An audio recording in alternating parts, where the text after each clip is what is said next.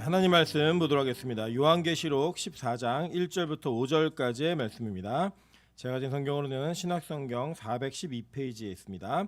요한계시록 14장 1절부터 5절까지의 말씀, 저와 여러분이 한 절씩 교독하고 마지막 절은 합독하도록 하겠습니다. 교독합니다. 또 내가 보니 보라, 어린 양이 시온산에 섰고 그와 함께한 14만 4천이 서 있는데 그들의 이마에는 어린 양의 이름과 그 아버지의 이름을 쓴 것이 있더라.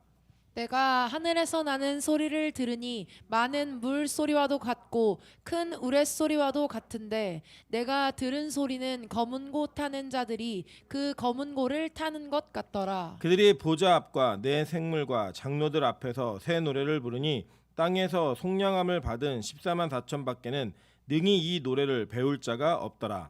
이 사람들은 여자와 더불어 더럽히지 아니하고 순결한 자라. 어린 양이 어디로 인도하든지 따라가는 자며 사람 가운데서 속량함을 받아 처음 익은 열매로 하나님과 어린 양에게 속한 자들이니 합독합니다. 그 입에 거짓말이 없고 흠이 없는 자들이더라. 아멘. 네, 우리 주변에 있는 분들에게 이렇게 한번 인사하도록 하겠습니다. 당신의 얼굴을 보니 기분이 괜히 좋아집니다. 네, 앞뒤로도 인사하겠습니다. 이유 없이 보고 싶은 사람입니다. 네, 여러분 이게 참 중요합니다. 그죠? 뭔가 이유가 있어서 보고 싶은 관계는 그 안에 자기 이권들이 있거든요. 그리고 그 조건이 없어지면 보는 게 싫어져요. 근데 이유 없이 보고 싶은 사람은 정말로 순수하게 좋아하는 겁니다. 그죠? 그래서 우리가 서로 그런 관계로 이 교회가 맺어지고 우리 성도들이 그런 기쁨이, 성도를 만난 가운데 그런 기쁨이 있었으면 좋겠습니다. 네, 오늘은 요한계시록 강의 57번째 강의 시간입니다. 14장 1절부터 5절까지의 말씀을 가지고 신곡 발표라는 제목으로 하나님 말씀 증거하도록 하겠습니다.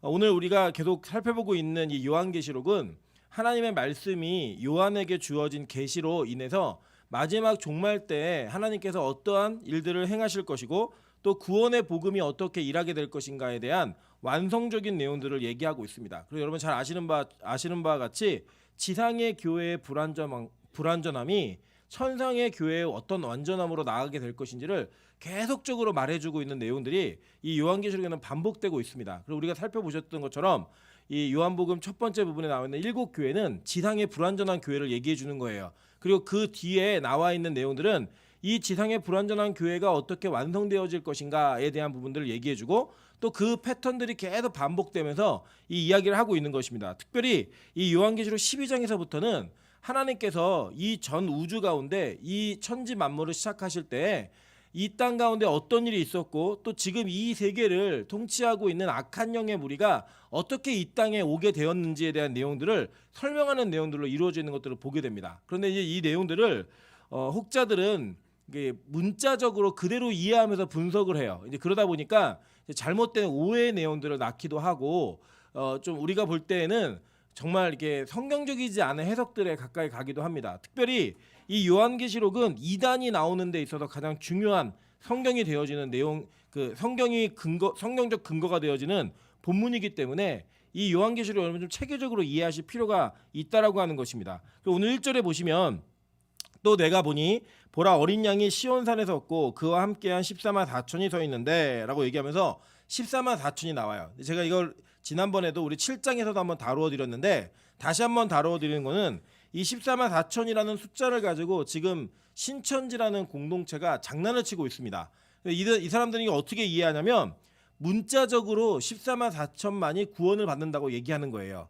그래서 14만 4천이라고 하는 숫자가 채워지면 하나님의 나라가 임하게 될 거고 그 14만 4천 안에 들어가는 사람만이 구원을 받는다라고 얘기합니다. 사실 이 교리가 신천지 안에서는 초기에는 별로 문제가 없었어요. 왜냐하면 너무 작은 공동체였기 때문에. 근데 이 신천지가 갑자기 이렇게 세가 불어나기 시작하면서 문제가 생긴 게 뭐냐, 전체 성도가 14만 4천 넘어버렸어요. 넘어버리니까 굉장히 당혹스러움이 있었습니다. 그래서 그 14만 4천이라는 숫자를 어떻게 또 평가하냐면 시험을 봐가지고 그 성적순, 그 포인트가 있어요. 뭐 전도하고 뭐 이런 포인트가 있어서 그 포인트를 얻은 14만 4천능까지만 구원받는다라고 가르치는 거예요. 그래서 이들은 이 14만 4천이라는 숫자를 그냥 문자적 숫자로 이해를 합니다. 그러니까 여러분 생각해 보세요. 그냥 이만희가 그 세운 신천지라는 종교는 어떤 내용을 얘기하는 거냐면, 그러니까 인류 역사 가운데 자기들 14만 4천만 구원받는 거예요. 그 전에 있었던 사람도 아무도 구원 못 받아요. 그러니까 말이 안 되는 거죠, 사실은. 그러니까 뭐 사도들도 그렇고 다 그 숫자에 못 들어가는 거예요, 그냥. 옛날에는 그게 가능했거든요. 왜냐면 교세가 약하니까 뭐 그 사람들 다 갖다 놓고 14만 채우면 된다. 지금은 본인 성도들이 넘어버렸으니까 말도 안 되는 얘기를 하는 겁니다.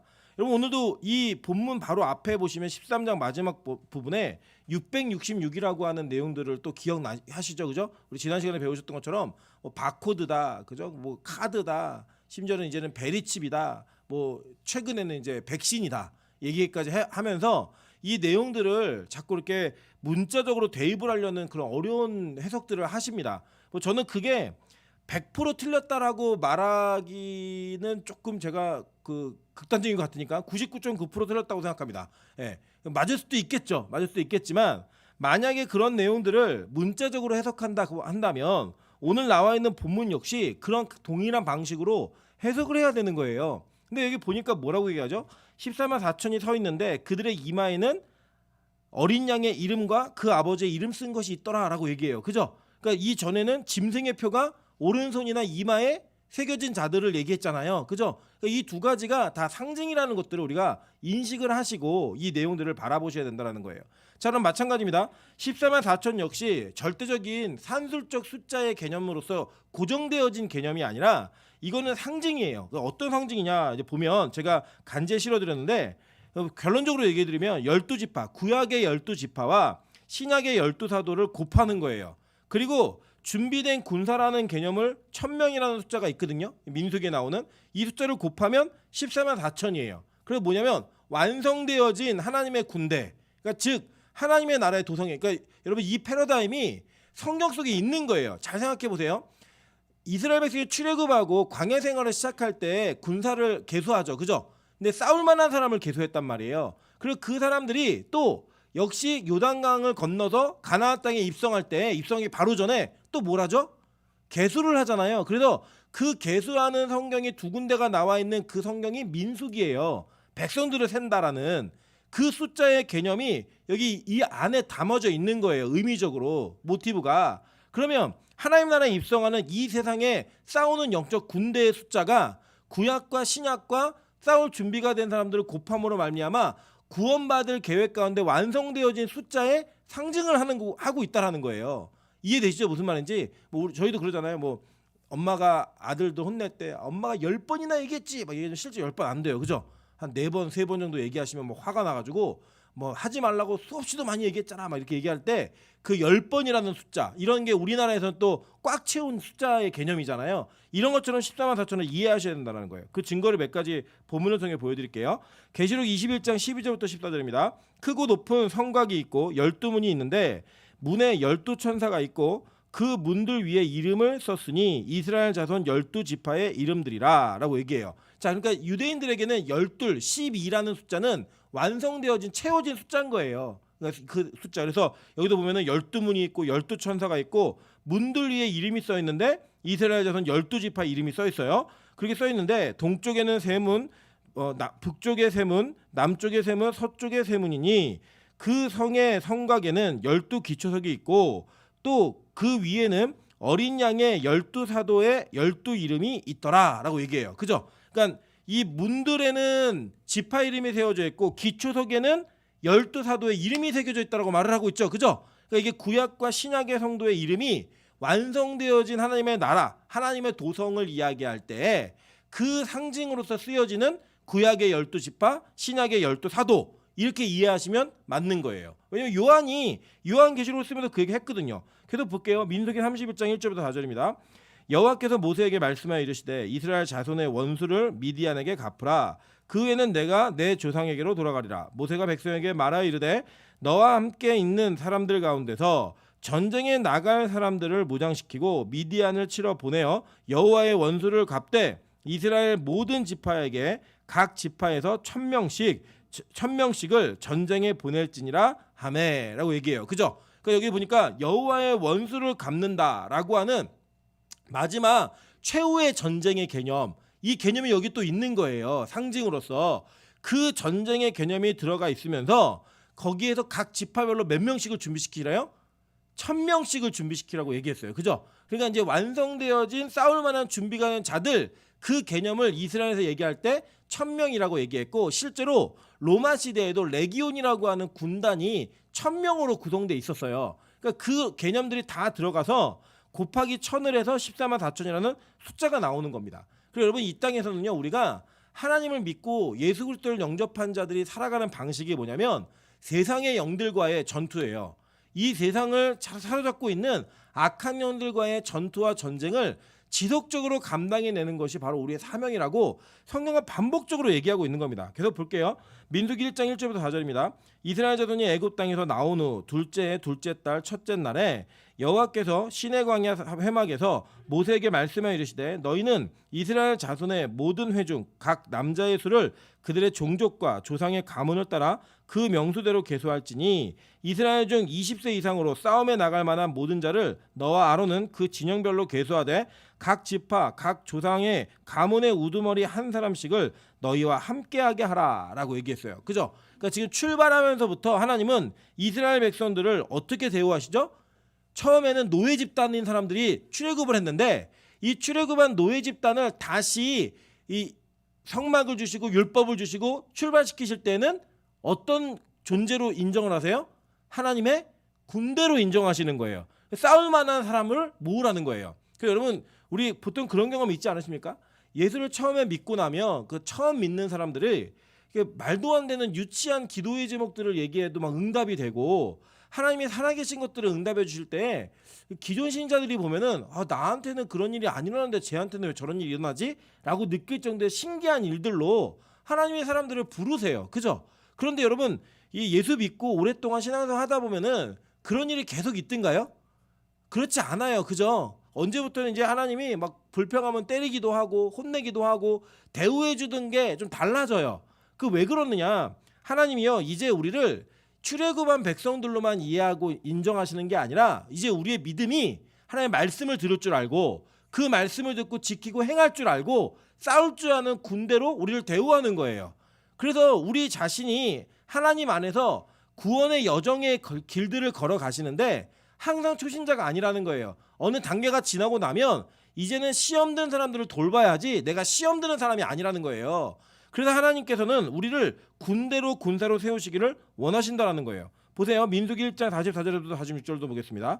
이 계수함을 받은 자는 모세와 아론과 각기 이스라엘 조상의 가문을 대표한 12지휘관이 계수하였더라. 이같이 이스라엘 자손이 그 조상의 가문을 따라 20세 이상으로 싸움에 나갈 만한 이스라엘 자손이 다 계수되었으니 계수된 자의 총계는 60만 3,550명이었더라 라고 얘기하는 거예요. 그 전체 이스라엘 공동체를 어떻게 규정하죠? 싸울 만한 군대라고 계수하는 거예요. 그게 바로 공동체의 목적이고, 이 공동체를 카할이라고 부르는데 이게 모임, 회중 이렇게 얘기하는데 이게 교회의 원형이에요. 구약의 교회를 카할이라고 해요, 히브리어로. 그래서 그 공동체의 성격이 뭐였냐? 전투하는 군대였다는 거예요. 전투하는 군대. 그래서 여러분, 이 교회는요, 서비스하는 교회가 아닙니다. 서비스하는 공동체가 아니에요. 교회는 영적 전투가 뭔지를 알려주고 그 알려준 영적 전투를 통해 이 세상에서 악한 년들과의 싸움을 싸울 줄 아는 사람들, 그런 공동체를 길러내는 게 바로 교회라는 거예요. 그리고 중직자들은 뭐냐? 방금 뭐예요? 대표하는 12지휘관.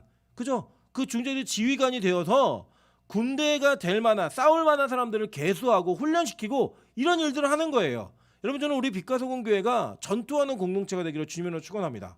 정말 특수부대 같은 그런 교회가 돼야 된다라는 거예요. 소수이지만 이 소수가 하나님 앞에 잘 훈련됨으로 말미암아 세상과 부딪힐 수 있고 충돌할 수 있고 그것에서 싸워 이길 수 있는 능력이 우리 안에 날로 늘어가야 된다라는 거예요. 그래서 저는 시험 드는 성도가 없는 교회가 정말 건강한 교회라고 생각합니다.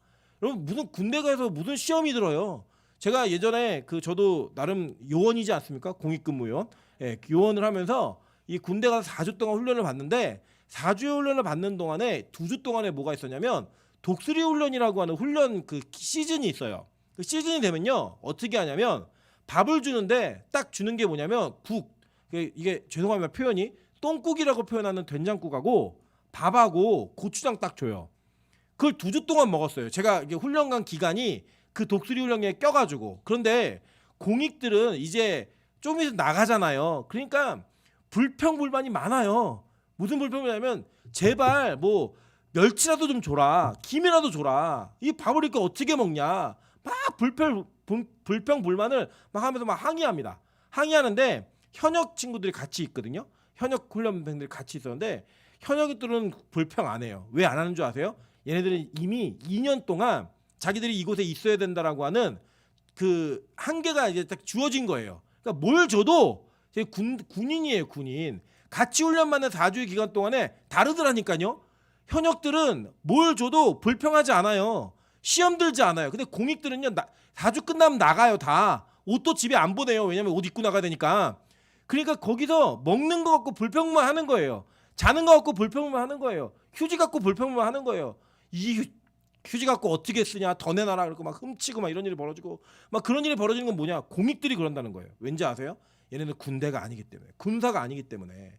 그래 진짜 군인들은요 그런 거 환경에 흔들리지 않아요. 그냥 나는 이제 총 들고 싸워야 되는 군인이다. 내가 2년 동안은 좋든 싫든 이곳에 있어야 된다라고 하는 절대절명의 그 모습이 있기 때문에 불평만 하지 않습니다. 그런 군대가 되어야 된다는 거예요. 근데 여러분 보세요. 이스라엘 백성들이 그걸 잘 해내나요? 잘 못하죠. 그죠? 잘 못해요. 그래서 보시면 민수기 26장이에요. 그러니까 지금 저희가 민수기 1장하고 1장 1절하고 1장 44절 읽었잖아요. 그 내용은 이제 출애굽하자마자 한 백성들 이야기고 지금 민수기 26장은 누굴 세는 거냐면 1세대가 다 죽은 거예요. 다 죽고 난 다음에 출애굽할 당시에 20세 이하의 그 사람들이 다시 그 셈을 받습니다. 볼게요. 민수기 26장 1절부터 4절입니다. 연병 후에 여호와께서 모세와 제사장 아론의 아들 엘레아살에게 말씀하여 이르시되 이스라엘 자손의 온 회중의 총수를 그들의 조상의 가문에 따라 조사하되 이스라엘 중에 20세 이상으로 능히 전쟁에 나갈 만한 모든 자를 계수하라 하시니 모세와 제사장 엘레아살이 여리고 맞은편 요단가 모압 평지에서 그들에게 전하여 이르되 여호와께서 애굽 땅에서 나온 모세와 이스라엘 자손에게 명령하신 대로 너희는 20세 이상 된 자를 계수하라 하니라 라고 얘기해요. 26장 63절부터 65절입니다. 이는 모세와 제사장 엘레아살이 계수한 자라.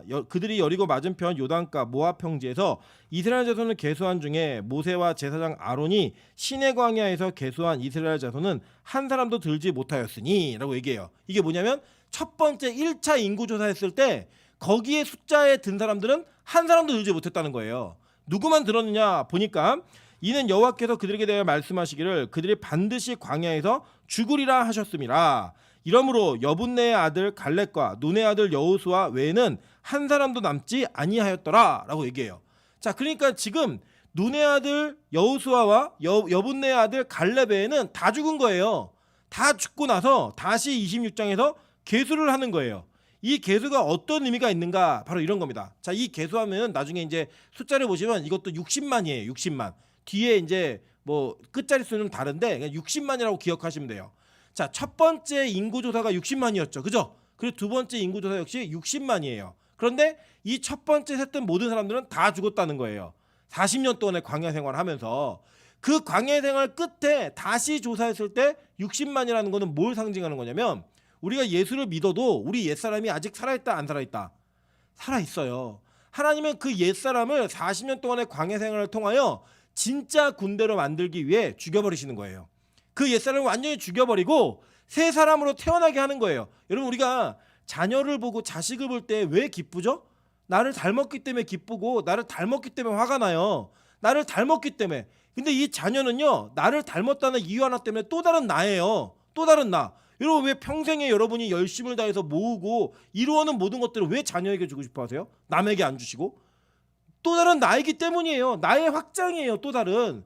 이들은 1세대가 2세대를 낳게 되면서 그들은 자기의 아버지, 자기의 할아버지 이 세대를 다 물려받은 세대가 된 거예요. 그 세대가 되면서 그 아버지의 모습이 그 할아버지의 모습이 그들 안에 온전히 담겨지게 된 거예요. 그런데 옛사람이 아니에요. 그 옛사람은 광야에서 죽은 거예요. 그리고 누가 태어난 거예요? 새 사람이 태어난 거예요. 성경은요 이 구약의 원리를 신약으로 그대로 가져옵니다. 계속 볼게요. 로마서 6장 6절부터 9절입니다. 우리가 알거니와 우리의 옛사람이 예수와 함께 십자가에 못 박힌 것은 죄의 몸이 죽어 다시는 우리가 죄에게 종노릇하지 아니하려 함이니 이는 죽은 자가 죄에서 벗어나 의롭다 하심을 얻었습니다. 만일 우리가 그리스도와 함께 죽었으면 또한 그와 함께 살 줄을 믿노니 이는 그리스도께서 죽은 자 가운데서 살아나셨음에 다시 죽지 아니하시고 사망이 다시 그를 주장하지 못할 줄을 알미로라 라고 얘기해요. 그죠? 우리 옛사람이 죽은 거예요. 죽고 우리가 다시 새 사람으로 태어나는 거예요. 근데 여러분 보세요. 뭐 예수 믿는다고 우리 다 진짜 죽여버려요? 그게 아니잖아요. 이 죽음은 십자가에 못 박힘으로 말미암아 그 죄의 종언을 선택하신, 그 죄의 종언을 선언하신 예수 그리스도와 함께 십자가에 못 박힘으로 말미암아 내 옛사람 죄성이 죽는 거예요. 그 죽음과 동시에 예수의 부활을 우리가 연합된 자로서 같이 다시 살아나는 존재가 되어서 다시 태어나는 거예요. 다시. 그래서 여러분 예수를 믿는 사람은요 다시 태어남을 반드시 경험하게 됩니다. 이거를 뭐라고 얘기하죠? 거듭남이라고 얘기하는 거예요. 거듭남. 그 옛날 같지 않은 거예요. 옛날에 막 성질내고 옛날에 막 폭언하고 옛날에 막 죄짓고 방탕하게 살았던 이 삶이요 계속되는 게 아니라는 거예요. 예수를 진짜 만나게 되고 경험하게 되면 내 옛사람이 죽어요. 근데 아직 완전히 안 죽어가지고 막 꿈틀꿈틀 살아 올라오는 걸 또 죽이는 거예요. 그 계속 죽여가는 싸움을 어디서 하는 거라고요? 여기서 하는 거예요. 이 땅에서. 누굴 통해서? 우리 가운데 같이 예수 그리스도를 필두로 한, 머리로 하는 교회라는 공동체 안에서. 그게 뭐예요? 군사훈련인 거예요. 군사훈련. 광야의 훈련. 그 훈련을 받으면서 나를 죽이는 거예요. 나를 부정하고 부인하는 싸움을 평생 싸워가는 거예요. 그 싸움이 끝난 자들이 누구예요? 14만 4천으로 마지막 주님 앞에 서 있는 완전한 하나님의 군대. 그 사람들을 얘기하는 거예요. 지금 우리는 그 방향성을 향해 달려가고 있는 존재라는 겁니다. 그래서 왜 이렇게 빛과 소금 교회는 빡세요? 여러분 그게 뭐냐면 군사훈련이 더 철저하게 되고 있다는 거예요. 왜 제 인생에 하나님 그 예배가 이렇게 빡시게 다가오죠? 그게 뭐냐? 다른 거 아니에요. 하나님이 여러분은 선택하신 거예요. 어떻게요? 군사로 만들기 위한 그 목적성을 가지고 여러분을 각자를 부르신 거예요. 부르셔가지고 훈련하시는 거예요. 그러니까 여러분 정신 상태가 공익인 사람은 어떻다고요? 먹을 거 없고 불만해요. 불평한다고요. 그런데 정신 상태가 현역들은요 불평불만하지 않아요. 그게 그들에게 중요한 가치가 아니에요. 그렇기 때문에 진짜 군대가 되는 것, 이것은요 우리가 구원받은 백성인가 아닌가를 평가하는 판별식이 될 수 있다는 거예요. 저는 우리 빛가소금교회가 진짜 영적 군사를 만드는 그런 훈련소가 되기를 주님의 이름으로 축원합니다. 그리고 여러분 그래도 중직자는 뭐냐? 별 단 거예요. 뭐 대위, 그죠? 다이아몬드 달고 중위, 소위 막 다는 거예요. 그러다가 정말로 진짜 믿음의 거장이 되시면 막 준장, 그죠? 대장 다는 거예요. 이런 거. 그게 뭐예요? 그냥 나 오래 신앙생활했어. 그게 아니라 더 나를 죽인 사람, 더 내 자신을 부인되어서 예수의 부활을 증명하는 삶을 살아낼 수 있는 사람, 그 사람이 바로 영적 장교라고 하는 것을 깨달으셔야 되는 거예요. 자, 그러면 이들이 서 있는 시온산은 뭐냐? 시온산, 이게 뭐 시온산에 섰다라고 얘기하잖아요. 어린 양의 시온산에 섰다라고 했는데 이 시온산은 여러분 쉽게 이해하시면 됩니다. 이게 뭐냐면 모리아산이에요. 모리아산. 시온산이 진짜 그 이스라엘 가면 있어요. 있는데 성전이 있는 산에 그 시온산 끄트머리가 바로 어떤 장소냐면 이 아브라함이 이삭을 드리려고 했던 제단 있죠. 거기 바로 이 시온산 끝에 있어요. 끝자락에. 자, 이 시온산의 이 의미는 뭔가 한번 보도록 할게요. 창세기 22장 1절부터 4절입니다. 그 이후에 하나님이 아브라함을 시험하시려고 그를 부르시되 아브라함아 하시니 그가 이르되 내가 여기 있나이다. 여호와께서 이르시되 내 아들 내 사랑하는 독자 이삭을 데리고 모리아 땅으로 가서 내가 내게 일러준 한 산 거기서 그를 번제로 드리라. 아브라함이 아침에 일찍 일어나 나귀의 안장을 지우고 두 종과 그의 아들 이삭을 데리고 번제에 쓸 나무를 쪼개어 가지고 떠나 하나님이 자기에게 일러주신 곳으로 가더니 제3일에 아브라함이 눈을 들어 그것을 멀리 바라본지라 라고 얘기해요. 자, 여러분 아시다시피 여기에서 이삭이 죽어요 안 죽어요? 안 죽죠. 그리고 이삭 대신에 죽을 뭐가 있었어요? 양이 있었죠. 그 염소가 있었잖아요. 그 염소를 뭐라고 얘기했죠? 여호와 이레라고 얘기하면서 원래는 죽어야 되는 이삭이 죽지 않고 누가 죽어요? 양이 죽음으로 말미암아, 그죠? 죽음으로 말미암아 누가 살아요? 이삭이 살죠. 그래서 그걸 여호와 이레라고 했잖아요. 그래서 여러분 여호와 이레라는 원래 이 하나님의 이름은 예수 그리스도에게만 쓰는 거예요. 예수 그리스도에게만. 우리의 죄를 대신해서 죽는 존재, 그 존재를 얘기하는 거예요. 근데 여러분 여기서 아브라함이 이 이삭을 바칠 때 그 상태와 믿음을 히브리서는 너무나 친절하게 설명을 해줍니다. 한번 볼게요. 히브리서 11장 17절부터 19절입니다.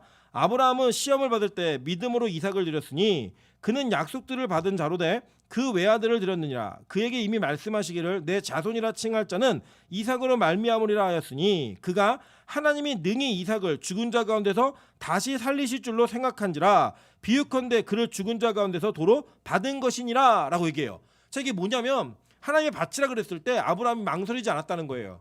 그를 죽이는, 여러분 한번 생각해 보세요. 아들을 제물로 바쳐야 돼서 그 길을 3일 길을 갈 때 아비의 마음이 어땠겠어요? 아브라함은 이미 그 3일 동안 죽은 거예요. 그 3일 길을 가면서 그는 죽은 거예요. 자기가 정말 괴로워서도 죽지만 자기 자신의 의와 생각과 이성을 죽이지 않으면 절대로 아들을 바칠 수 없다니까요. 근데 그가 그것을 바칠 수 있는 근원의 힘이 뭐였는지 아세요? 그는 믿은 거예요. 뭘 믿었냐면 하나님이 이삭을 통해서 여호와 예수를 보내겠다라고 하는 걸 믿은 거예요. 메시아를 보내겠다라고 한 걸. 그러니까 내가 지금 이 자리에서 이 아들을 잡아 죽여도 하나님은 반드시 이 아들을 살리실 거야 라고 하는 부활 신앙이 그에게 있었다는 거예요. 여러분, 우리는요 부활에 대한 얘기를 들었고요, 부활에 대한 간증들을 보았고, 부활에 대한 이야기를 수없이 많이 들었는데도 부활이 잘 안 믿어져요. 근데요, 아브라함은 한 번도 보지 않은 상태에서 하나님의 말씀 하나를 믿은 거예요. 이삭을 통해 반드시 예수가 너에게 주어질 거야, 째라가 너에게 주어질 거야, 이 말을 믿으니까요 그는 부활 신앙을 갖게 된 거예요. 그래, 내가 이 아들을 죽여도 하나님은 반드시 다시 살리실 거야. 또 다른 아들이 태어나게 하는 게 아니라 이 이삭을 다시 살리실 거야 라고 하는 확신으로 그가 그 칼을 들었던 그 장면이 바로 이 시온산에서 있었던 장면이에요. 그리고 그 시온산에서 보였던 믿음인 거예요. 그런데 오늘 계시록에 보니까 뭐라고 얘기해요? 어린 양이 시온산에 섰고 그와 함께한 14만 4천, 그 믿음을 가진 자들이 그 산에 서 있는 거예요. 부활의 신앙을 가진 전투하는 전쟁의 영적 군사들이 이 마지막 하나님 나라에 입성할 수 있는 자격 조건을 갖춘 완성된 하나님의 백성들이라고 얘기하는 거예요. 여러분, 그리고 우리가 교회를 다니는 목적이 여러 가지 있을 수 있어요. 예를 들면 부인한테 끌려서 올 수도 있고요, 엄마 아빠한테 어쩔 수 없이 집안의 평화를 위해 올 수도 있고, 다 올 수 있어요. 그리고 뭐 교회에 예쁜 누나가 있다고 거짓말해갖고 끌려온 애들도 있을 수 있고, 여러 가지 이유로 다 있을 수 있죠. 그런데 여러분 명심하십시오. 마지막 하나님 나라가 이 땅 가운데 임할 때 구원받는 백성의 조건이 뭔지 아세요? 부활 신앙과 이 땅에서의 영적 전투를 싸울 수 있는 완성된 군사, 이 조건이 있어야지만 어린 양과 함께 시온산에 서서 그 이마에 어린 양의 이름을 박는 성도의 이름을 가지게 된다라고 성경 우리에게 가르치고 있는 겁니다. 그러니까 여러분, 교회가 해야 되는 일이 뭐냐면요, 전 다른 거 아니라 생각해요. 뭐 교회에서 교양도 얘기할 수 있고 여러 가지 다 얘기할 수 있어요. 그런데요, 교회는 반드시 부활의 신앙을 이야기해야 합니다. 그 부활의 믿음이 교육되어져야 해요. 어떤 이유로 이 교회에 왔건 간에 그가 반드시 부활에 대한 메시지를 듣고 그것을 믿음으로 말미암아 진짜 믿음을 소유해야지만 하나님 나라의 백성이 될 수 있다고 성경 우리에게 가르치고 있는 거예요. 여러분, 이게 얼마나 우리에게 중요한 사실입니까? 우리가 때로는 새신자를 전도하거나 새로운 사람이 교회에 왔을 때 이 이야기하는 게 되게 참 어려워요, 사실. 여러분 한번 생각해 보십시오. 안 믿는 불신자가 왔을 때 우리가 교회에 대한 장점을 이야기하고 우리 교회 다니면 얼마나 좋은지 뭐 이런 거 얘기한다 그러면 우리 전도하는 게, 그리고 그들과 대화하는 게 그렇게 어렵지 않을 수 있어요. 근데 언제는 어렵냐면요, 여러분, 부활에 대한 얘기를 하고요, 십자가에 대한 얘기를 하고요, 죄에 대한 얘기를 할 때는 되게 어려워요. 남들이 이상하게 보지 않을까, 나를 이상하게 생각하지 않을까라고 하는 두려움, 그리고 그것에 대한 어려움들이 우리 안에 있다 없다? 있어요. 왠지 아세요? 우리 자신의 우리 삶 가운데 진짜 이 부활 신앙이 아브라함처럼 견고하게 내려있지 않기 때문이에요. 예수를 믿는 자들이 이 땅 가운데 살면서 진짜 이 부활의 신앙을 갖는다라고 한다면 우리는 세상이 감당하지 못할 믿음을 수용하는 자가 될 수 있을 거예요. 그런데 분명한 건 이 세상은 우리를 이상하게 바라볼 겁니다. 여러분, 그걸 이상하게 생각하지 마세요. 부활이라고 하는 이 개념은, 이 컨셉은 절대로 불신자가 우리를 이해해 줄 수 있는 컨셉이 아니에요. 뭐 예를 들어서 뭐 원수를 내 몸처럼 사랑해라, 그죠? 내 이웃을 내 몸처럼 사랑해라, 뭐 이런 것들 얘기하고 가르치고, 뭐 내가 받고 싶은 대로 남을 대접하라, 이런 얘기들을 얘기하는 건요, 세상에서 우리 인정해 줄 수 있어요. 도둑질하지 말아라, 간음하지 말아라, 인정해 줄 수 있다고요. 그런데 여러분, 부활에 대한 얘기는요, 어떻게 여러분이 유하게 표현을 하든 뭐 아름다운 단어로 표현하든 어떤 식으로 얘기해도요, 믿지 않는 자는 절대 이해하지 못해요. 그래서 여러분, 이건 뭐냐면요, 내가 이 부활이라고 하는 믿음 앞에 섰을 때 진짜 그것을 부끄럽지 않게 믿는다라고 고백할 수 있는 자인가 아닌가는 나에게 진짜 믿음이 있는가 없는가를 평가할 수 있는 가치라는 거예요. 기준이라는 거예요. 묻겠습니다. 여러분 진짜 부활의 소망을 믿으십니까? 그 부활이 우리 안에 있을 거라고 믿으십니까? 여러분 그렇다면 진짜 그 부활을 증명하는 삶을 사셔야 된다는 거예요. 누구처럼요? 아브라함처럼. 그래서 아브라함이 실패가 참 많았잖아요. 아브라함이 참 실수가 많았잖아요. 근데 우리는 아브라함을 뭐라고 불러요? 믿음의 조상이라고 부르는 거예요. 그래서 그렇게 부르는 거예요. 저는 우리가 이 믿음의 조상의 믿음을 따라 그대로 걸어갈 수 있는 저와 여러분 되시기를 주님의 이름으로 축원합니다. 여러분 다른 거 아니에요. 교회는요. 우리의 성경에 나와 있는 진짜 믿음이 있는 자들이 어떤 예수를 믿었는가를 가르쳐야 되는 것이고 그 믿은 예수를 통하여 어떤 신앙을 갖게 되었는가를 우리의 삶을 통해 증명해야 되는 게 교회의 본질적 목적입니다. 그게 교회가 걸어가야 될 길이고 그것만이 교회가 진짜임을 확인하고 증명할 수 있는 방법이라는 거예요. 저는 우리가 각자의 삶 가운데서 이런 일들을 증명하는 믿음의 사람들 되시기를 주님의 이름으로 축원합니다. 계속 볼게요. 열왕기하 19장 29절부터 31절 보겠습니다. 또 내게 보일 징조가 이러하니 너희가 금년에는 스스로 자라난 것을 먹고 내년에는 그것에 난 것을 먹되 제3년에는 심고 거두며 포도원을 심고 그 열매를 먹으리라. 유다 족속 중에 피하고 남은 자를 다시 아래로 뿌리를 내리고 위에 열매를 맺을지라. 남은 자는 예루살렘으로부터 나올 것이요 피하는 자는 시온산에서부터 나오리니 여호와의 열심히 이 일을 이루리라 하셨나이다 하니라라고 얘기해요. 자, 이게 뭐냐면 히스기야 시대 때 아수르에게 완전히 포위당한 이 성읍에서 히스기야가 이사야를 통해 받은 말씀이에요. 이 말씀에 뭐라고 얘기하죠? 거기 뒤에 보니까 너 올해는 뭐 먹을 거고 내년에 뭐 먹을 거고 3년 뒤에 뭐 먹을 거고 이게 얘기해 주죠. 그죠? 그리고 난 다음에요. 히스기야가 죽을 병이 들려요. 그러니까 히스기야가 그 죽을 병 가운데서 벽을 바라보고 최선을 다해 기도할 수 있었던 이유는 뭐냐면 이 말씀을 믿었기 때문이에요. 아, 하나님이 나 안 죽는다고 했어. 심은 거 먹는다고 했어. 그 믿음이 있었기 때문이에요. 그 믿음을 가지고 나가는 거예요. 여러분 우리 가운데 진짜 어려운 상황, 때로는 내 안에 있는 병과 해결하지 못할 문제 때문에 우리 안에 넘어질 만한 정말 산 것이 죽은 것보다 못한 그런 상황이 될 수도 있어요. 그때 여러분 가져야 되는 소망이 뭔지 아세요? 하나님이 반드시 이 예루살렘과 시온산으로부터 남은 자들을 통해 하나님의 열심으로 말미암아 구원을 이루시겠다라고 약속하신 거예요. 구약의 성도들이 그거 믿은 거예요. 우리 그렇게 믿는 거예요. 그 시편 48편 10절부터 14절에 뭐라고 노래하나 한번 보세요. 하나님이여 주의 이름과 같이 찬송도 땅끝까지 미쳤으며 주의 오른손에는 정의가 충만하였나이다. 주의 심판으로 말미암아 시온산은 기뻐하고 유다의 딸들은 즐거워할지어다. 너희는 시온을 돌면서 그곳을 둘러보고 그 망대들을 세워보라. 그의 성벽을 자세히 보고 그의 궁전을 살펴서 후대에 전하라. 이 하나님은 영원히 우리 하나님이시니 그가 우리를 죽을 때까지 인도하시리로다. 아멘.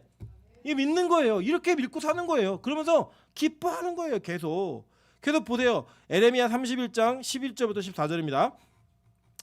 여호와께서 야곱을 구원하실 때 그들보다 강한 자의 손에서 속량하셨으니 그들이 와서 시온의 높은 곳에서 찬송하며 여호와의 복 곧 곡식과 새 포도주와 기름과 어린 양의 떼와 소의 떼를 얻고 크게 기뻐하니라. 그 심령은 물된 동산 같겠고 다시는 근심이 없으리로다 할지어다. 그때 처녀는 춤추며 즐거워하겠고 청년과 노인은 함께 즐거워하리니 내가 그들의 슬픔을 돌려서 즐겁게 하며 그들을 위로하여 그들의 근심으로부터 기쁨을 얻게 할 것임이라. 내가 기름으로 제사장들의 마음을 흡족하게 하며 내 복으로 내 백성을 만족하게 하리라. 여호와의 말씀이니라 라고 얘기해요. 바로 이 장면이 이 구약의 모티브가 오늘 신약에 있는 14만 4천 명이 같이 기뻐하며 노래 부르는 장면, 이 장면으로 연결되는 거예요.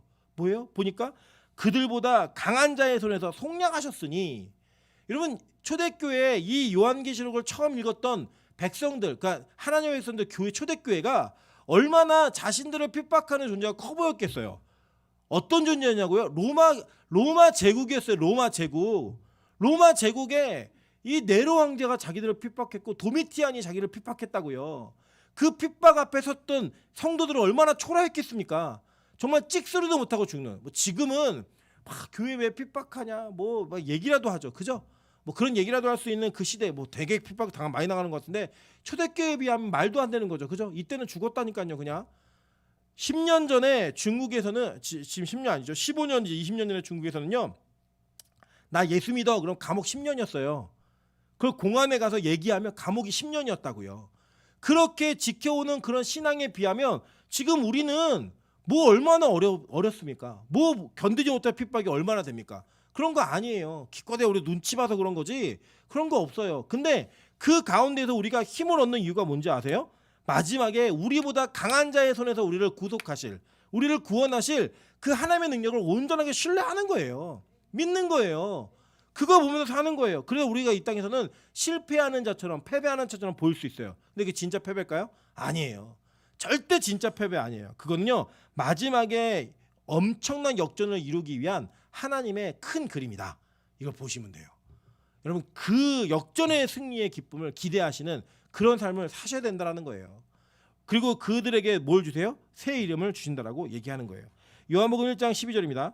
영접하는 자 곧 그 이름을 믿는 자들에게는 하나님의 자녀가 되는 권세를 주셨으니, 갈라디아서 3장 26절이에요. 너희가 다 믿음으로 말미암아 그리스도 예수 안에서 하나님의 아들이 되었으니 라고 이야기해요. 자, 이 새 이름을 준다라고 하는 것들은 굉장히 이렇게 그 당시의 문화적 상태를 이해하셔야지만 이해가 가능한 거예요.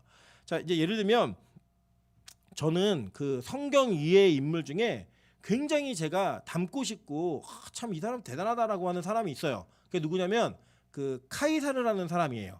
카이사르라는 사람이 원래 이 사람 풀 네임이 뭐냐면 가이우스 율리우스 카이사르예요. 케사르라고도 알려져 있는데 얘 누구냐면 로마의 초대 황제의 양아버지예요. 예, 양아버지인데 이 양아버지가 이 가이우스라고 하는 이름이 붙으면, 가문의 그 이름이 붙으면 아, 이 사람의 집안이 어떤 집안이구나 이런 것들을 증명하는 거예요. 그래서 거기에는 아주 유명한 집안에는 신들의 이름이 붙기도 하고요. 그 신들의 이름이 붙어서 이 집안에 어떤 그 명예가 있는지 이걸 증명해줘요. 근데 그게 뭐냐면 이 집안에 양자가 되잖아요. 그리고 자기 이름 앞에 새 이름이 주어지면서 그 이름이 붙어버려요. 그러니까 예를 들면 뭐 우리도 그런 거 이제 전주 이씨 뭐 그러면은 사실 뭐 왕족의 집안이다 막 얘기하시잖아요. 근데 여러분 그거 아시죠? 우리나라는 조선 초기에 양반이 전체 인구의 4%였어요. 근데 조선 말기가 되면은 60%가 양반이에요. 다 족보 사고 막 이래가지고 그래서 진짜 양반은 없습니다. 거의 없고 4%만 진짜 양반인 집안이에요. 그 양반인 집안이 자기의 집안에 누구를 잘 들이지 않잖아요. 우리는 이 혈족과 이런 걸 굉장히 중요하게 여기기 때문에 그래서 막 나중에 그 애기 못나 막 씨바지도 하고 막 이렇게 했던 게 뭐냐면 그 혈족을 그대로 이어가야 된다라는 말도 안 되는 그런 혈맹에 대한 이게 있었어요. 로마도 마찬가지예요. 기본적으로 그 혈족에 대한 것들을 중요하게 여겼지만 자기 아들이 희미해요. 봤는데 아, 얘는 우리 가문의 명예를 못 이어가게 생겼어요. 그러면 노예 중에 똑똑한 애라도 양자로 들여가지고요 그 집안의 명예를 이어갔어요. 그게 로마의 문화였다고요. 그래서 법정적으로 혈통적으로 이 집안에 속해 있는 자들에게는 반드시 그 집안이 명예롭게 여기는 이름이 그들에게 주어졌어요. 그게 로마의 문화였다고요. 그 문화권 속에서 어떤 일이 벌어지냐? 예수님께서 이렇게 말씀하셨어요. 영접하는 자 곧 그 이름 있는 자에게 하나님의 자녀가 되는 권세를 주셨다라고 얘기하는 것을 요한이 옮겼습니다. 근데 이 자녀라는 단어는 테크논이라는 단어인데 혈연적인 관계를 얘기하는 거예요. 그리고 갈라디아서의 바울 사도가 얘기한 너희가 다 믿음으로 말미암아 그리스도 예수 안에서 하나님의 아들 휘오스예요. 이건 법적인 법적인 자격이 있는 그 자녀를 얘기하는 단어예요. 그러니까 우리는 뭐냐? 혈통적으로도 그리고 법적으로도 다 누구의 자녀다? 하나님의 자녀인 거예요. 그래서 새 이름을 받는 거예요. 그러니까 예수를 믿는 자들은 우리의 피가 바뀌는 거예요. 뭐로요? 예수의 피로 완전하게 바뀌어지는 거예요. 그래서 구원받지 못할 저주받은 피가 구원받을 피로 바뀌어지는 것, 그게 바로 우리가 예수 그리스도를 믿음을 알며 바뀌어지는 은혜인 거예요. 마찬가지입니다. 우리 예전에는요 이 세상의 권세를 따라서 악한 마귀의 죄의 종되었던 그들의 자녀되었던 자들이었다고요. 근데 우리가 옮겨지는 거예요. 뭐로요? 자유자의 자녀로, 하나님의 자녀로 옮겨짐으로 말미암아 법적으로도 하늘의 모든 것들을 상속받을 만한 힘이 생기는 거예요. 그 힘이 생기는 자들에게 뭘 주시는 거예요? 새 이름을 주시는 거라고요. 그래서 하나님의 이름을 아는 게 중요하고 그 하나님의 이름이 여러분에게 붙는 게 중요한데, 하나님은 이렇게 부름받은 신약의 성도들을 뭐라고 불렀느냐? 고린도전서 1장 2절부터 3절입니다. 고린도에 있는 하나님의 교회 곧 그리스도 예수 안에서 거룩하여지고 성도라 부르심을 받는 자들과, 우리를 성도라고 부르는 거예요. 우리가 이전에 뭐였어요? 그냥 안 믿는 자들이었어요. 불신자였다고요. 근데 이제 믿는 자라고 하는 성도라는 칭호가 여러분에게 불려지기 시작하는 거예요. 그게 뭐예요? 여러분의 새 이름인 거예요. 이 땅에 사는 예수를 믿는 자들의 새 이름이 뭐예요? 성도라는 이름으로 우리가 불려지는 거예요. 그래 보세요. 계시록 2장 17절 보니까 귀 있는 자는 성령이 교회들에게 하시는 말씀을 들을지어다. 이기는 그에게는 내가 감추었던 만나를 주고 또 흰돌을 줄 터인데 그 돌 위에 새 이름을 기록한 것이 있나니 받는 자밖에는 그 이름을 알 사람이 없느니라 라고 얘기해요. 새 이름이 주어진다라는 거예요. 계시록 22장 4절부터 5절입니다. 그의 얼굴을 볼 터이여 그의 이름도 그들의 이마에 있으리라. 다시 밤이 없겠고 등불과 햇빛이 쓸데없으니 이는 주 하나님이 그들에게 빛이심이라. 그들이 세세토록 왕노릇 하리로다 라고 얘기해요. 우리의 마지막 하나님 나라에 들어가는 모든 자에게 뭐가 주어진다고요? 새 이름이 주어지는 거예요. 그래서 이런 전통을 따라서 로마 카톨릭에서는 뭐 하죠?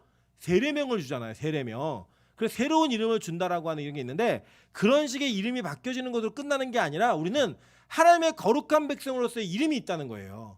그 이름이 불려지게 되고 예수에게 속한 자가 되어서 성도라는 부르심을 우리가 받게 되는 것이고 하나님 나라에 들어갈 때에는 하나님이 주시는 그 하나님의 이름이 우리 이마에 새겨져 있는 거예요. 너무 멋지지 않습니까? 그거 멋있잖아요. 왜냐 이 당시에 노예들에게는 이마에 그리고 팔뚝이나 이런 그 신체 부위에 그 주인의 인두가 새겨졌어요. 문신이 지졌다고요, 그냥. 그래서 예를 들어 뭐 임철 집안의 종이다 그러면 임 새기는 거예요. 네. 뭐 철 이렇게 새기는 거예요. 그런 새겼듯이 다 새겼는데 그걸 누구에게 새기는 거예요? 하나님께서 우리 이마에 새겨버리는 거예요. 안 지워져요. 그거는요. 한 번 찍힌 낙인은요 절대 지워지지 않습니다. 그 찍혀진 낙인으로 말미암아 내가 어떤 소속인지를 증명하는 은혜가 되는 거예요. 여러분 우리 그러잖아요. 제가 지난번에 한번 말씀드렸지만 뭐 삼성 다닌다, 뭐 서울대학 다닌다. 그러면 그 막 잠바 입고 다니고 가방 메고 다니고 배지 차고 다니고 그러잖아요. 목에다 걸고 다니고 그죠? 뭐 이거 안 뺐네 그러면 괜히 들고 타고 그러면서 들고 타는 게 뭐예요? 내가 어디서 자랑하고 싶어서 우리 학교 좋지, 우리 회사 좋지 그걸 자랑하듯이 우리가 하나님을 자랑하는 거예요. 예수 믿는 티를 내는 거예요. 그래서 막 성경책 막 신문지에 싸고 다니지 마시고 들고 다니세요. 뭐해 그러면 밥 먹기 전에 하품하는 척하면서 기도하고 이러지 마시고 신발끈 묶고 기도하지 마시고 용감하게 기도하세요. 너 뭐해? 나 예수 믿는 사람이야. 나 교회 다녀. 왜 술 안 마셔? 요새 약을 먹어가지고. 뭔 약을 먹어요? 그냥 나는 예수를 믿기 때문에 마실 수 없어 라고 얘기할 수 있는 거절의 힘. 왜요? 다 내가 더 자랑스러운 배지가 붙어 있으니까. 성도라는 이름, 그리스도인이라는 이름, 여러분 그걸 자랑스럽게 여기는 저 여러분이 되셨으면 좋겠습니다. 그런데 여러분 오늘 특이한 장면이 하나 나와요. 여기 보니까요 이 사람들이 지금 하늘에서 나는 소리를 들어보니까 많은 물소리가 같고 큰 노랫소리가 같은데 내가 들은 소리는 검은 고를 타는 자들이 그 검은 고를 타는 것 같더라 라고 얘기하면서 지금 하늘에서 반주가 이루어지고 있는 거예요. 전주가 막 들고 있는 거예요. 그 전주를 보니까 여기 뭐라고 얘기하냐면 그들이 보좌함과 내 생물과 장로들 앞에서 새 노래를 부르니 라고 얘기해요. 노래를 부르는데 새 노래를 부른다는 거예요. 땅에서 속량함을 받은 14만 4천 밖에는 능히 이 노래를 배울 자가 없더라 라고 얘기하면서 특수한 그 14만 4천이라는 완성된 교회들만이 부를 수 있는 노래가 불려지는 것을 요한이 계시로 보고 있는 거예요 지금. 자 그렇다면 이 새 노래가 뭔가 한번 보도록 할게요. 이사야 35장 10절입니다. 여호와의 속량함을 받은 자들이 돌아오되 노래하며 시온에 이르러 그들의 머리 위에 영영한 희락을 띠고 기쁨과 즐거움을 얻으리니 슬픔과 탄식이 사라지리로다 라고 얘기해요. 이 구약의 장면이 계속 이게 나오는 거예요. 자 보세요. 구약의 성도들은요 뭘 경험했냐면 그들은 이스라엘 땅으로부터 자신들이 약속받은 언약의 땅으로부터 포로가 되어서 다른 땅에 끌려갔어요. 그죠? 끌려갔다 그들이 70년 만에 귀환을 합니다. 그 귀환을 하면서 그들이 돌아올 때 뭘 했냐면 속량함을 받은 자들이 돌아오되 노래하며 시온에 이르러 그들의 머리 위에 영영한 희락을 띠고 기쁨과 즐거움을 얻으리니 슬픔과 탄식이 사라지리로다 라고 얘기했어요. 막 기쁜 거예요. 너무 기쁜 거예요. 신나는 거예요. 포로로 끌려갔다가 다시 자기 땅으로 돌아오는 거예요. 얼마나 기뻤겠어요. 얼마나 행복했겠어요. 이 장면을 얘기하는 거예요. 우리가 죄의 종되었다. 원래는 우리는 에덴의 백성이었잖아요. 에덴 동산 같은 그 동산 살아야 됐던 우리가 죄로 인해서 끌려갔잖아요. 그죠? 포로가 되었잖아요. 포로가 되었다가 영원한 죄로부터 해방되어진 그 은혜의 기쁨을 노래하는 그 노래, 그 장면의 모티브가 오늘 이 요한계시록 14장에 나와 있는 새 노래로 이어지고 있다는 거예요. 계속 볼게요. 이사야 42장 10절부터 13절입니다. 항해하는 자들과 바다 가운데의 만물과 섬들과 거기 사는 사람들아 여호와께 새 노래로 노래하며 땅 끝에서부터 찬송하라. 광야와 거기 있는 성읍들과 게달 사람이 사는 마을들은 소리를 높이라. 셀라의 주민들은 노래하며 산 꼭대기에서 즐거이 부르라. 여호와께 영광을 돌리며 섬들 중에서 그의 찬송을 전할지어다. 여호와께서 용사같이 나가시며 전사같이 분발하여 외쳐 크게 부르시며 그 대적을 크게 치시리로다 라고 얘기해요. 그러니까 마지막에 하나님의 역전의 승리, 그 영원한 대승을 거두는 그 장면 속에 뭐 하래요? 여호와께 새 노래로 노래하며 땅 끝에서부터 찬송하라고 얘기하고 있는 거예요. 그러니까 뭐냐? 이 새 노래를 부르는 사람들은 누구냐면요, 마지막 최후의 승리를 믿는 사람들인 거예요. 그 사람들만 새 노래를 부르는 거예요.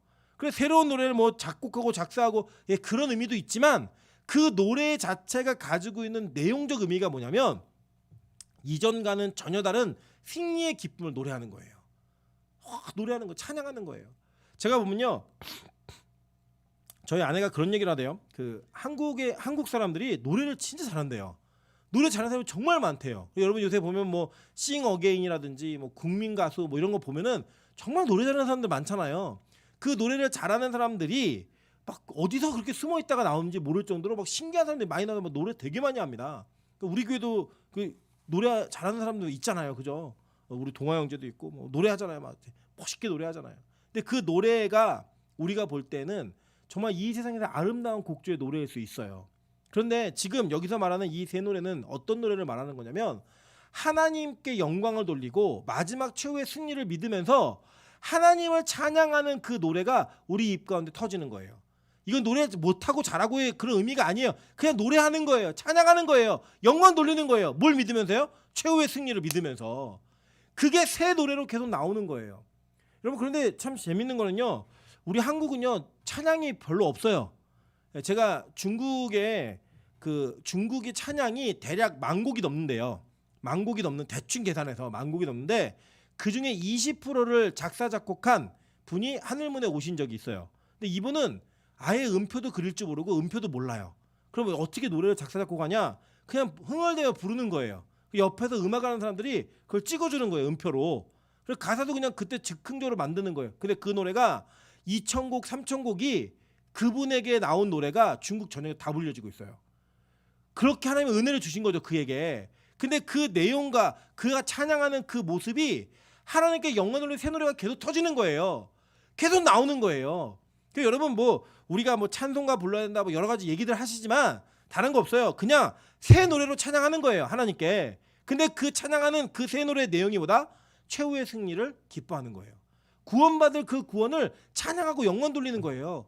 그 노래로 찬양하는 자들이 뭐예요? 새 노래를 찬양하는 자들인 거예요. 계속 볼게요. 시편 96편 1절부터 6절입니다. 새 노래로 여호와께 노래하라. 온 땅이여 여호와께 노래할지어다. 여호와께 노래하며 그의 이름을 송축하며 그의 구원을 날마다 전파할지어다. 그의 영광을 백성들 가운데에, 그의 기이한 행적을 만민 가운데 선포할지어다. 여호와는 위대하시니 지극히 찬양할 것이요 모든 신들보다 경외할 것이며 만국의 모든 신들은 우상들이지만 여호와께서는 하늘을 지으셨음이로다. 존귀와 위엄이 그의 앞에 있으며 능력과 아름다움이 그의 성소에 있도다. 이거 찬양하는 거예요. 새 노래로 찬양하래요. 그의 이름을 송축하며 그의 구원을 날마다 전하래요. 그 찬양이 여러분이 터져야 돼요. 여러분, 저는요 우리 빛과 소금에 하나 제가 기대하는 게 하나 있어요. 뭐가 있냐면, 저는 찬양의 은사가 없는 사람이에요. 아시지만 음표도 볼 줄 모르고 악보도 볼 줄 몰라요. 근데 희한하게 우리 교회는 그런 은사를 가지고 있는 이 청년들과 은사자들이 이렇게 모여요. 그리고 권사님들도 몇 분을 빼놓고는 정말 노래를 진짜 잘하세요, 찬양들을. 저는요 하나님이 빛과 소금 교회에 분명히 찬양으로 일하실 거라는 기대감이 확실히 있어요. 진짜 있어요. 네. 그리고 그 찬양에, 그래서 저는 진짜 앨범 낼 거예요. 우리 교회 앨범 낼 거예요. 내 가지고 어떻게 알아요? 혹시 많은 모든 교회가 부르는 찬양은 우리 교회 나올 줄 어떻게 알아요? 믿으십니까? 믿으세요. 그래 계속 새 노래 만드세요. 은사 있는 분들 모여가지고 기도하면서 하나님 음악에 영감을 주십시오. 예. 예. 우리 맨날 명수 형제가 자기 정토밴 막 이러는데 그런 거 하지 말고, 클래식 말고 하나님을 찬양하는 찬양, 예, 정다윗 이렇게 하라고요. 다윗이 맨날 뭐 했어요? 양치면서 별 보면서 막 숨타면서 노래한 거 아니에요. 그리고 시편 지은 그 찬양이 지금까지도 불려지고 있잖아요. 그런 영감이 있는 찬양, 하나님의 말씀이 깃들어 있는 찬양. 제가요 뭘 느끼냐면 저는 항상 설교한 다음에 설교 찬양을 하잖아요. 그 찬양을 하려다 보면요 새로운 찬양이 너무 없어요. 본문에 맞는 찬양이 너무 없어요. 좀 많이 만들었으면 좋겠어요. 우리 교회가 예를 들면 뭐 창세기 1장부터 50장까지 각 장에 맞는 찬양을 다 만들었으면 좋겠어요. 얼마나 위대해요? 출애굽기 다 나왔으면 좋겠어요. 민수기 다 나왔으면 좋겠어요. 그래서 진짜 그 찬양이 불려짐으로 말미암아 많은 사람들이 여호와의 구원을 기뻐하고 그 은혜를 찬양하는 거예요. 음악하는 사람들 그런 꿈 좀 가지세요. 꿈 좀. 그래서 뭐 해야 되는 거예요? 신곡이 발표되는 거예요. 신곡이. 예? 이번 지난 주간에도 우리 뭐 있었어요? 우리 동아 형제가 신곡이 나왔잖아요. 신곡이 나와서 우리가 얼마나 좋아했어요. 막 제가 보니까 우리 동아 형제 그 목소리를 권사님들이 너무 좋아하세요. 울림이 다르다고 그러면 뭘 다르긴 다 사람 목에 나오는 거지. 제 질투해서 하는 얘기예요. 질투해서. 예. 제가 그렇게 설교 열심히 해도 한 번도 그런 얘기 안 하세요. 설교가 달라 이런 얘기 안 하시는데 다르다고 막 이러면서 어쩔 줄 몰라 하세요. 그냥. 여러분 그런 것처럼요. 저는 이랬으면 좋겠어요. 우리 교회가 찬양하는 모습을 보면서 다른 교회들이 이상하게 여기는 거예요. 야, 저 상가의 조그만 교회가 뭐 그렇게 예배가 좋대? 뭐 그렇게 찬양하면서 기뻐해? 뭐 그렇게 하나님께 영광 돌리는 게 그렇게 행복할까? 제 삶을 보니까 너무 초라한데 빚밖에 없고 실패하고 저렇게 못생기고 뚱뚱한데 저렇게 하나님이 기쁠까? 예배는 거 너무 즐거울까? 이 세상에서는요 돈 많고 예쁘고 좋은 차 타고 좋은 집 살아야 기쁘잖아요. 잠깐이라도 그게 다는 아니지만 근데 우리는 그거 없이도 기뻐하는 거예요. 그거 없이도 행복한 거예요. 하나님의 구원을 노래하면서 새로운 노래와 새로운 찬양이 계속 우리 입술에서 떠나지 않게 터지는 거예요. 여러분 저는 우리 빛과 소금 교회 모든 성도들의 입 가운데서 매주 신곡이 나왔으면 좋겠어요. 매주 새 노래가 나왔으면 좋겠어요. 그 새 노래를 통하여 하나님의 기뻐하시는 그 영광이 그 은혜가 이곳에 깃들고 여러분의 삶의 깃듦으로 말미암아 많은 이들이 우리를 보면서 기뻐하는 거예요. 그리고 여러분이 많은 사람들이 우리를 보면 인정하는 거예요. 쟤네 14만 4천이구나. 쟤네 시온산에 서 있는 14만 4천이구나. 부활의 신앙으로 군대가 되어서 새 노래를 부를 줄 아는 자들 그들이 바로 저들이구나 라고 고백할 수 있는 그리고 저와 여러분이 내 자신이 그렇다고 확신할 수 있는 그런 성도가 되어야 된다라고 저는 여러분에게 간절히 다시 한번 부탁드리면서 이 길을 향해 가기를 주님으로 축원합니다. 그래서 볼게요. 마지막입니다. 시편 98편 1절부터 4절입니다. 새 노래로 여호와를 찬송하라. 그는 기이한 일을 행하사 그의 오른손과 거룩한 팔로 자기를 위하여 구원을 베푸셨음이로다. 여호와께서 그의 구원을 알게 하시며 그의 공의를 뭇 나라의 목전에서 명백히 나타내셨도다. 그가 이스라엘의 집에 베푸신 인자와 성실을 기억하셨으므로 땅 끝까지 이르는 모든 것이 우리 하나님의 구원을 보았도다. 온 땅이여 여호와께 즐거이 소리칠지어다. 소리내어 즐겁게 노래하며 찬송할지어다. 아멘. 그래서 여러분 우리 빛과 소금 교회에서 찬양하실 때 큰 소리로 하세요. 기쁨으로 하세요. 진심으로 하세요. 와 진짜 하나님 내가 이 구원의 노래를 새 노래를 정말 기쁨으로 찬양하고 싶습니다. 내가 은혜 가운데 찬양하고 싶습니다 라고 하는 그 고백이 터짐으로 말미암아 이 교회에서 나오는 찬양의 고백이 매주마다 새 노래로 하나님께 들려지고 여러분의 입술에서 새 노래로 고백되어지는 그런 교회 그런 성도 되시기를 주님의 이름으로 축원합니다.